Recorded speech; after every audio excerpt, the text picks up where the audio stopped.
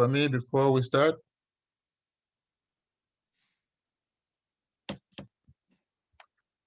All right, I'm going to just be patient. In about 5 to 10 minutes, we will start. Don't go away. Now, let me use this opportunity to welcome everybody into the class. This is ECON330, Global Trade and Political Economy. Now, before I go into the class, let me say that this office hour time will be held every week. And what I'll try to do from next week on is to essentially discuss in broad outline all the topics for that week.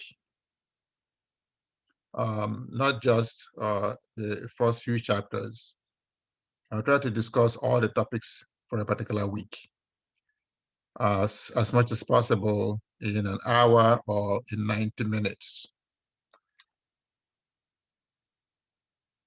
This is number one. Number two, how we're going to conduct this class. This is very important that you recognize that this is going to be a fast-moving class. In 5 weeks, essentially, you will cover the material that would ordinarily have been covered in 14 weeks. So please be up on responding to the discussions, responding to the quizzes, and the assignments. Now, the way I have structured this class, except for the first module, you have 14 modules. Except for the first module, every module that you're going to see after the first module will have either an assignment and a quiz or a discussion, nothing more than that. Or it will have a discussion and a quiz, but no assignment. So in that way, you kind of minimize the strain, because I know the assignments come due like every 2 days, except for a weekend break. This is the way it's going to be. This is number one. Number two, every other day, as you can see, I will send out an announcement. The announcement will be to provide guidance on what you are to read, what you are to study, and also what you are to do next. So these lectures that I'm going to provide will be recorded and posted to you. Okay, it's up to you to view them, to listen to them again. So as you can see, we have spent quite a bit of today's time just talking about how we're going to conduct the class. There will be probably a midterm exam and a final exam. The midterm exam is probably going to be multiple choice. The final exam is going to be a written exam. Okay. I might skip the midterm exam. I might, but I've not made up my mind on what to do with that. Now, having said that, let me introduce the topic that we are going to be dealing with throughout this semester, or throughout this summer session. So I'm going to share my screen and essentially go through the PowerPoint slides. Okay, and again, this will be just the way it's going to be done today. And but next time I'm going to be more elaborate. And please feel free to interject and ask questions for clarification, to understand things better than maybe the way it comes across from me right away. So let's see what we're going to do.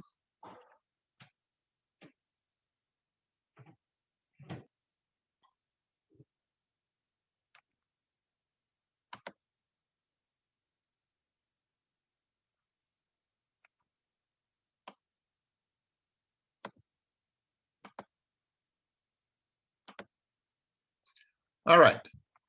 So everybody can see my screen? Hello? Yes, yes, All right. yes, yes, So we can see. everybody can see my screen. All right. So this is global trade and political economy. It's quite an interesting topic, and I hope we get as much as possible out of it. Okay. So I'm going to go through, like I said today, I'm just going to go through these PowerPoint slides. Feel free to ask me questions in the middle. You can interject anytime. And next time we're going to have a conversation. We're going to bring up the topic for the discussion forum, and we can discuss here so that you can improve the way you respond. For example, I could bring up the topic for the next discussion forum, not for one that is gone, or we can even talk about the one that's already completed, and you know, um, and have a conversation about it. All right, so now global trade and political economy is about the politics of international trade. Now, this is not going to be an entire course strictly on international trade. A course on international trade will be more like a course in applied microeconomics. It's much more technical, but what we realize that when you talk about global trade and political economy, you first of all define what is global trade. Now, global trade is just the trade and exchange of goods among nations. As you know, I mean, we trade with each other on a personal level. We trade within communities. We trade within a country. But the trade among nations is much more complicated in the sense that now you're going to be dealing with, say, rules and regulations about exchange in different countries, different governments. You're going to be dealing with issues in the modern world. You're going to be dealing with issues such as exchange rates. You're going to be dealing with issues such as regulations of goods. So this is why trade and exchange among nations is somewhat complicated. Okay. So, and then the next thing we'll do is to define political economy. Now, what is it? Now, political economy is the intersection of economics and politics. And it's very easy to understand. Even within a country, we have economic goals. The basic concept of economics, or the study of economics, is about the allocation of resources that are scarce. This is what economics is about. But then there are three basic problems in economics, okay, that we learn at the beginning of any economics class, which is that every economic system has three problems. One is what to produce. The other is how to produce it. And then for whom is production being undertaken? That is basic. What to produce, how to produce, and for whom. Now, the first two, even the very first one is easy to deal with, and even the second one is easy to deal with. What to produce? We want to produce potatoes. We want to produce clothing. We want to produce housing. We want to produce entertainment. Okay, now how to produce? You produce with labor, you produce with capital, you produce with natural resources, and you develop production systems that facilitate production. So now the last one, for whom to produce, is what I consider the difficult part of economics, because that last part, for whom to produce, is about distribution. It's about distribution. And this is where politics comes in. But of course, the politics that comes in from addressing distribution issues then begins to affect how to produce, because now labor is involved, capital is involved, resources are involved, and the acquisition of resources can create political problems. Okay, so now you can extend this problem to the international scene. Okay, now once you get into the international scene, and like I said, international trade or trade among nations now creates its own complications, which is that now you begin to deal with differences in environments, differences in laws, differences in regulations, and even differences in the quality of goods. I mean, what do you produce in America that is going to benefit the person in China? What do you produce in Africa that is going to benefit the person in the United States? And so what does the American want to buy from the African? Now, I mean, let's reduce this to even the basics historically. We talk so much about, say, the transatlantic slave trade. Okay, and it's a very, very good example to give. Now, when Europeans encountered Africans in the early part of the 15th century, even maybe in the later part of the 14th century, they did trade with Africans in ivory. If you read the historical records, in ivory, in spices, and then by the time they got from the 14th century to the 15th century and into the 16th and 17th centuries, the trading items between Africans and Europeans turned into slaves, into human cargo, and completely changed the relationships between the two parts of the world. And it goes for the modern world today. What do different countries want to buy from other countries? Now, there's a fundamental understanding in economic theory. And the fundamental understanding is that trade is beneficial for both sides in trade. Now, let us take a very simple example. Suppose that you can put in 2 hours of labor and I can put in 2 hours of labor. Now, with 2 hours of labor, I can produce 10 pounds of meat with 1 hour, and the other hour I can devote to produce 2 pounds of grain.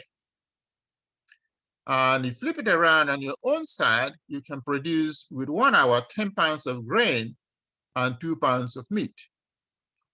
Now, you can see very clearly that each of us has some kind of advantage, or what we call competitive advantage, in the production of something. You have a comparative advantage in the production of grain, because in 1 hour you can produce 10 pounds of grain, and in 1 hour I can produce 2 pounds of grain. And vice versa, you can produce 2 pounds of meat, but I can produce 10 pounds of meat. Now, suppose then that we specialize. I produce all the meat and you produce all the grain. Now, before we began to think about trading, we could produce 12 pounds of grain and 12 pounds of meat. But if we decide to specialize, then we're going to have 20 pounds of grain and 20 pounds of meat. So now you can see that if we decide to trade, each of us will have more meat and more grain. So while fine and good, it's good in theory to um, analyze the problem the way I have analyzed it. So now, why don't we then all trade? Well, what we have discovered over time is that um, trade between nations has political problems, just like trade within nations have their own political problems.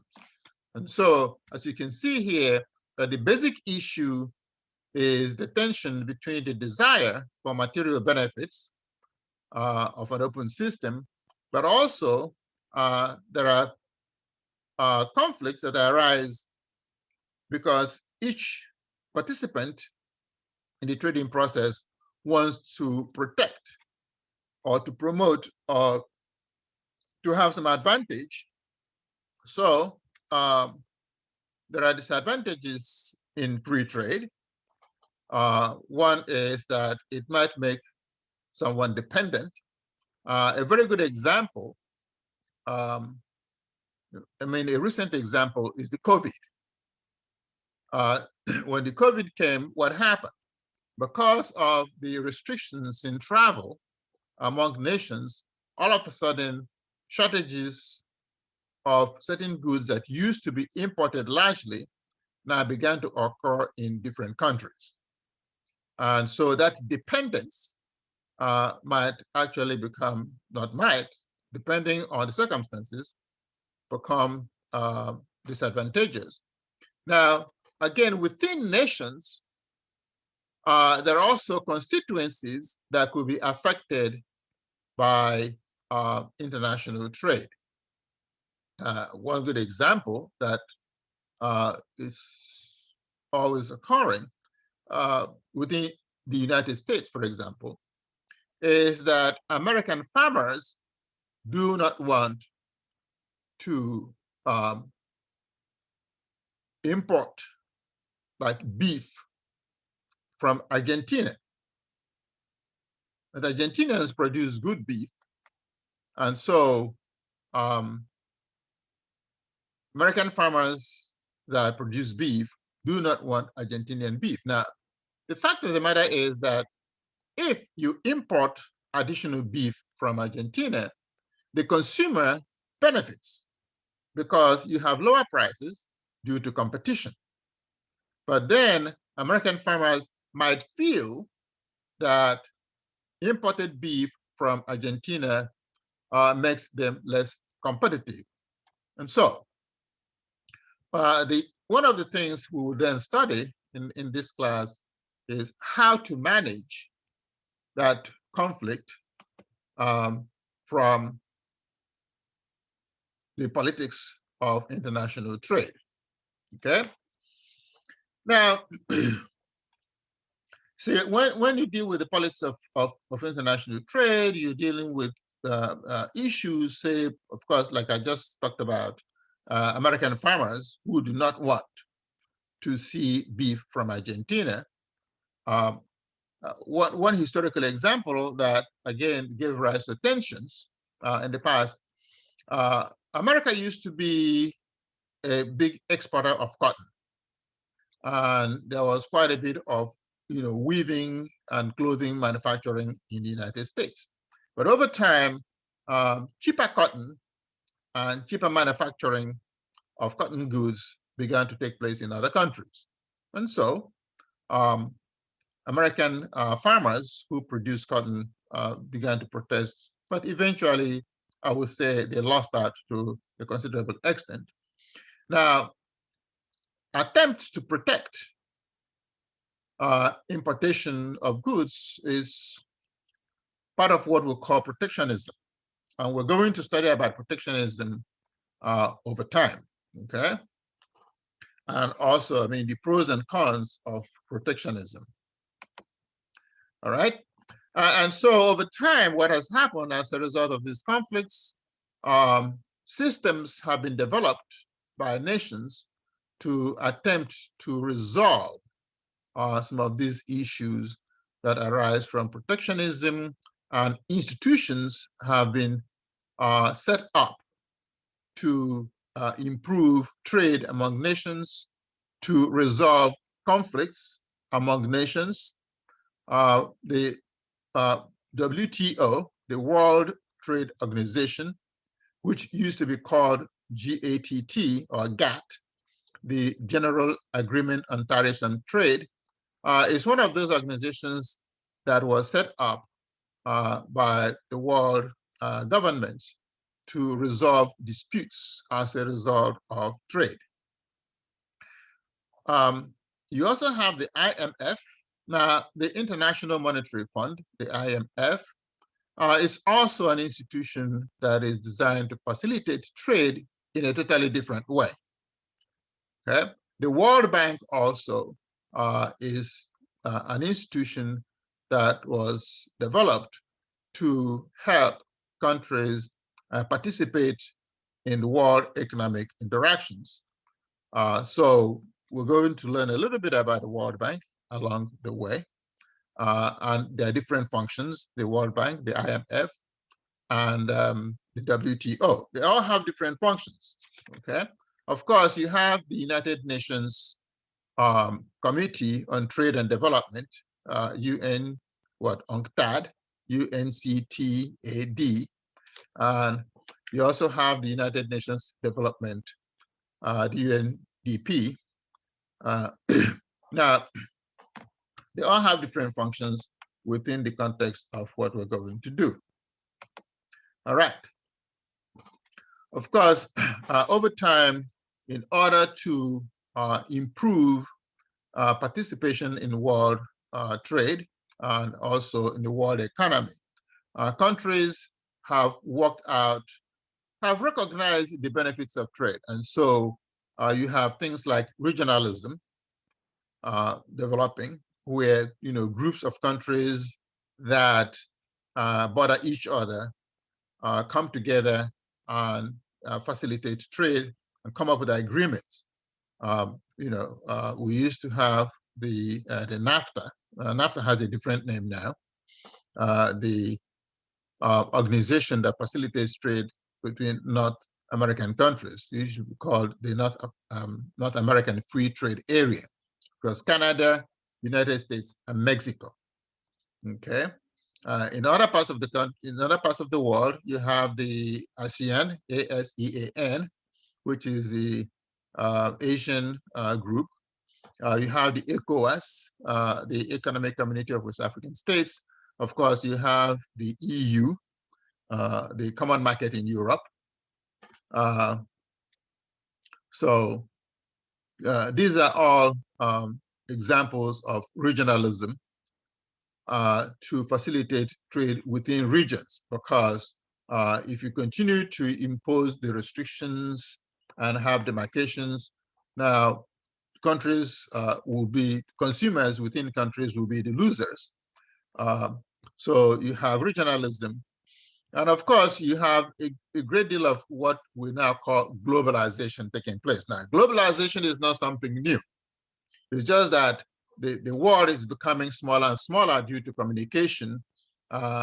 Communication meaning the ability to deal with people across the world, but that also includes transportation, like shipping, air travel.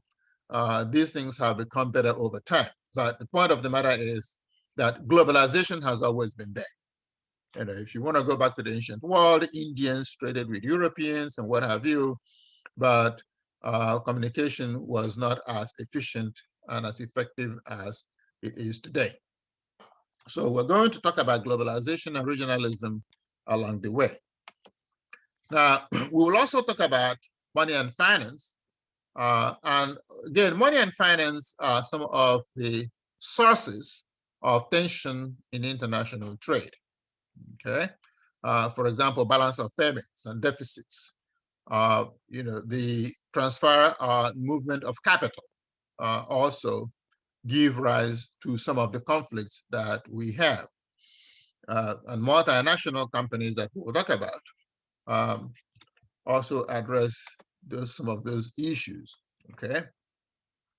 And in thinking about money and finance, have international capital markets. There are issues of international currencies. And then we're going to talk, briefly the next time we meet about the processes, the historical processes, for example, in establishing the IMF. But our emphasis, though, will be on the role of organizations such as the IMF. Okay. Now, if you want to understand, if you really want to study political economy, international political economy, you need to understand some of the perspectives. There are different ways that different people look at the issues that arise in global political economy. That is the politics of trade among nations. And if you understand, if you're able to define the source of the problem, then you're going to be able to solve the problem, because the problems do arise. And so we're going to look at different perspectives. Okay, we're going to look at, say, liberalism. Now, liberalism is one that really says, hey, look, if you come to think about it, it is better for us to cooperate than to compete. Because liberalism looks at the human being as rational. Okay, I mean, I have extensive philosophical definitional issues with the different ways that the analytical perspectives look at things. Okay, but liberalism essentially says, hey, look, if we trade among ourselves, I think we as human beings are sufficiently rational that we know what is good for us. And so if you just allow free trade, then ultimately, if I can buy, if in America, I can buy a pair of shoes cheaper from Italy, then let me buy the shoes cheaper from Italy, and the Italians will buy something that is cheaper from here. But of course, we also think about having more variety. Okay, that's another issue. But at the end of the day, liberalism simply says, as rational human beings, we can always work things out. Then, of course, you have the other perspective, the more conservative perspective, which is realism. And realism essentially says, look, at the end of the day, every country is going to be working to have advantage over other countries, over trading partners. And so realistically, when you come to look at relationships between constituencies, it's a zero-sum game. Your gain is my loss, and my gain is your loss. And so there is this struggle to dominate each other, which of course the liberals disagree with, that struggle should not be there. Realists simply say it is there. And whatever you are doing, essentially, the realists believe that it's a waste of time trying to have free trade, the way that liberals think about it. Of course, you have the historical materialists, some will call them Marxists, and few people will call them communists. I don't call them communists because communism seems to be a dirty word. But Marxism, which is historical materialism, simply says that the problems in international trade arise and will continue to be there as long as you have the capitalist system.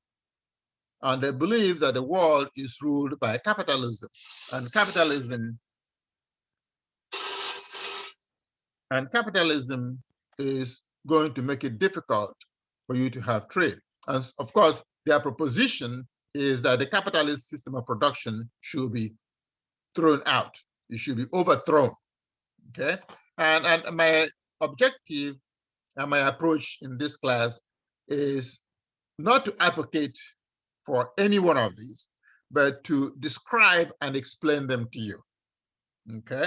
To describe and explain them to you. And you can look at what is going on in the world by the time you read the literature and ask yourself, which of these analytical perspectives seems to be making more sense in terms of what's going on, okay? And maybe if you look at Marxism, for example, you don't have to necessarily overthrow the capitalist system, assuming that you have capitalism. You know, I don't think there's any country that truly has capitalism. Okay, but if you really think that what the Marxists are saying is happening to some extent, maybe then your approach will be to recommend a way to mitigate some of the undesirable aspects of capitalism. That might be your way of looking at things. Okay, I've already, briefly described what the liberals, the various analytical perspectives are saying. So I'm going to change that to from structuralism to historical materialism, because historical materialism is much easier to define than to define structuralism, okay? And so,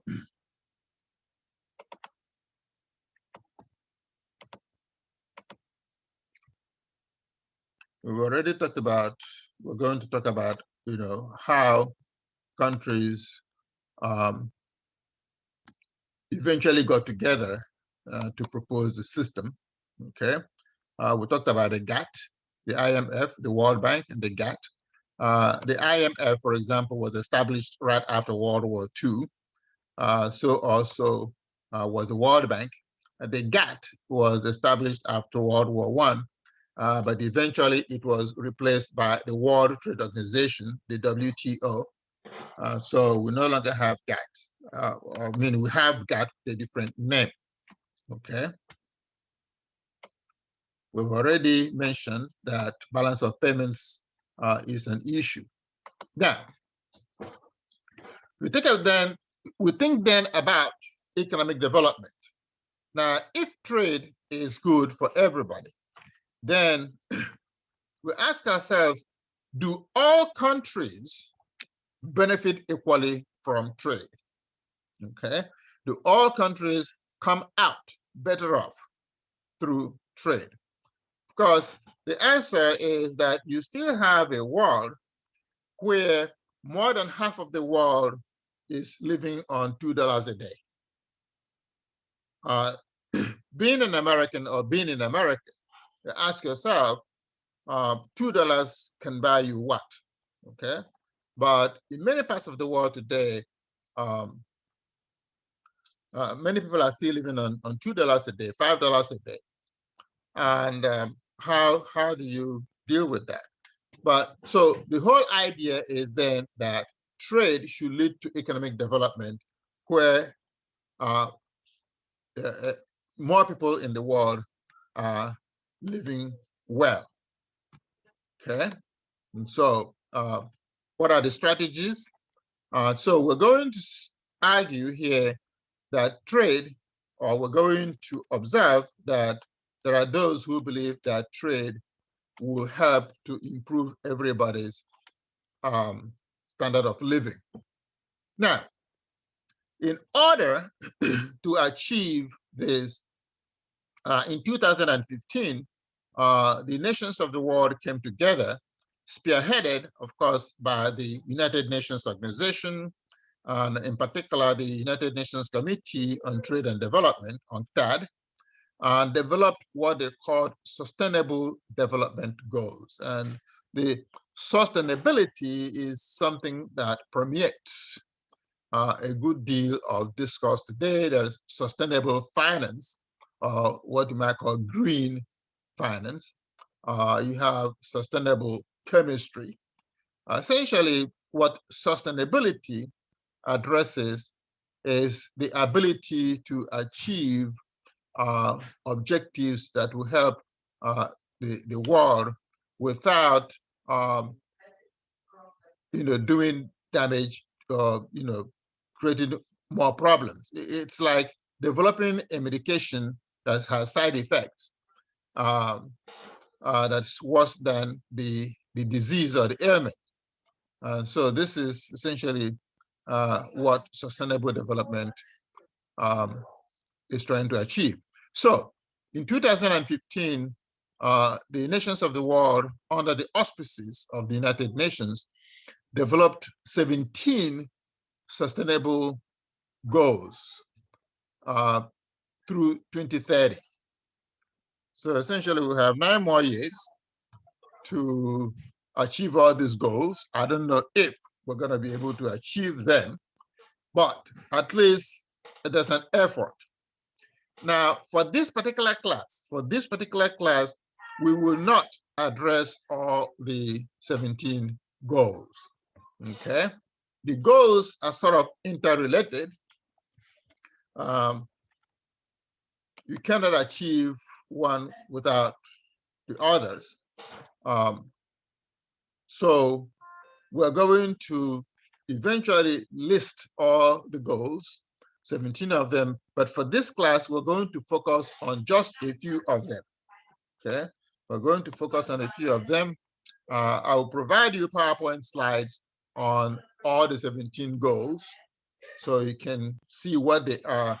But for this class, we'll focus on goal number 1, which is to end poverty in all forms everywhere. Wish us good luck on that. But trade is one way that this can be achieved, because if everybody is doing what they can do best and then we exchange, then hopefully we will end poverty around the world. Of course, by the time you end poverty, you produce food.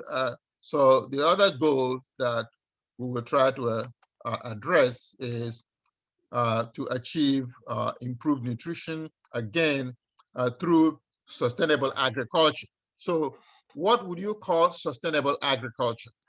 Because sustainable agriculture, for example, would be that you maximize food production without damaging the environment, okay?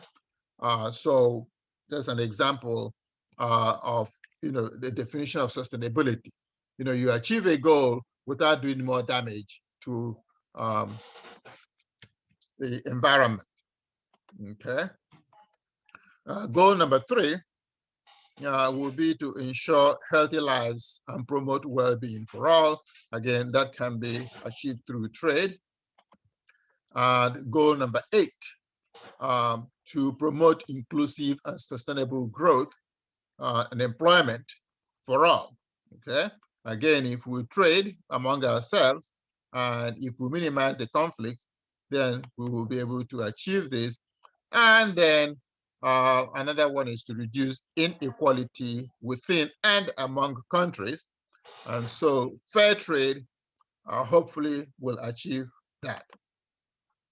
Now, one of the features of the modern world that we live in today is the existence of multinational corporations. Multinational corporations are companies or businesses that operate across different countries.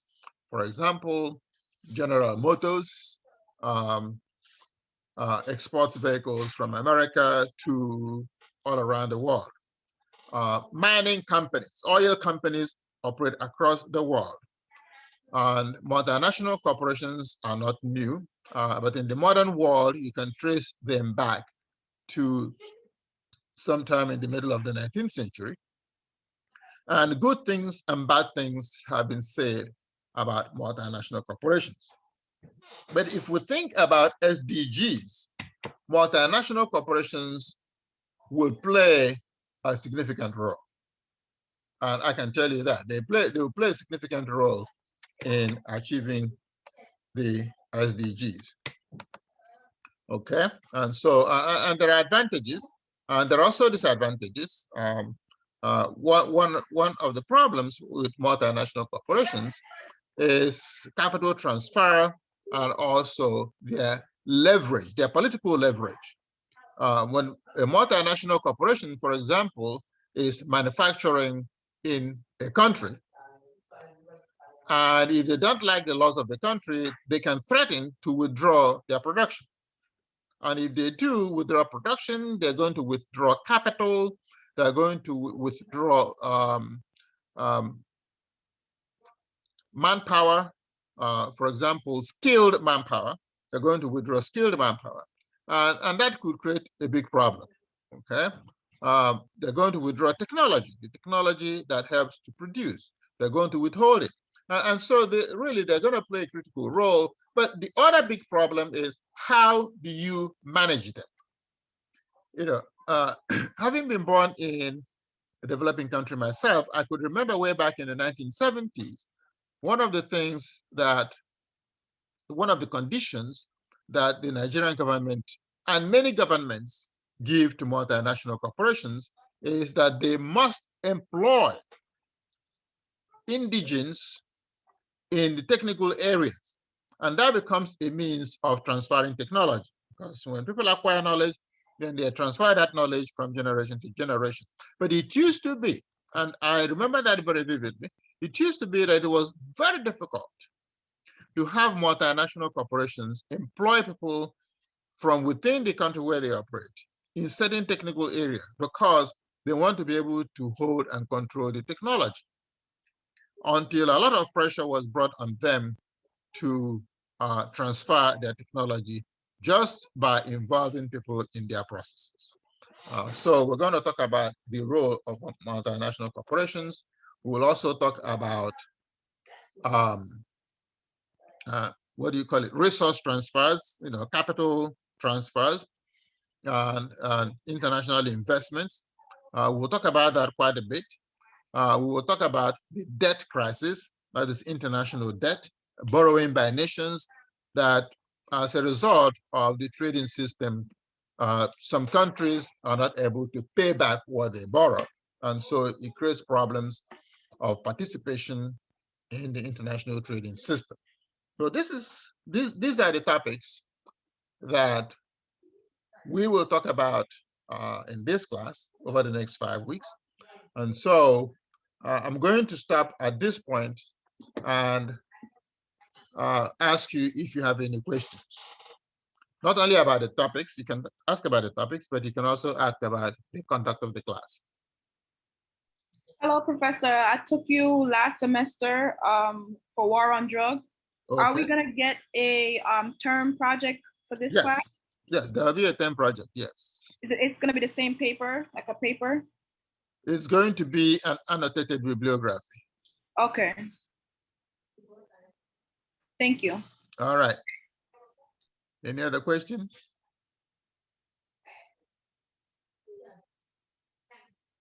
All right. I guess everything seems to be clear. Like I said, I'm going to send these PowerPoint slides to everybody. I will also send some additional PowerPoint slides on the SDGs, on the Sustainable Development Goals of the United Nations, so that at least you have an opportunity to go through them. All right.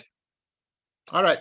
I wish you all the best. I look forward to working with you for the rest of the semester.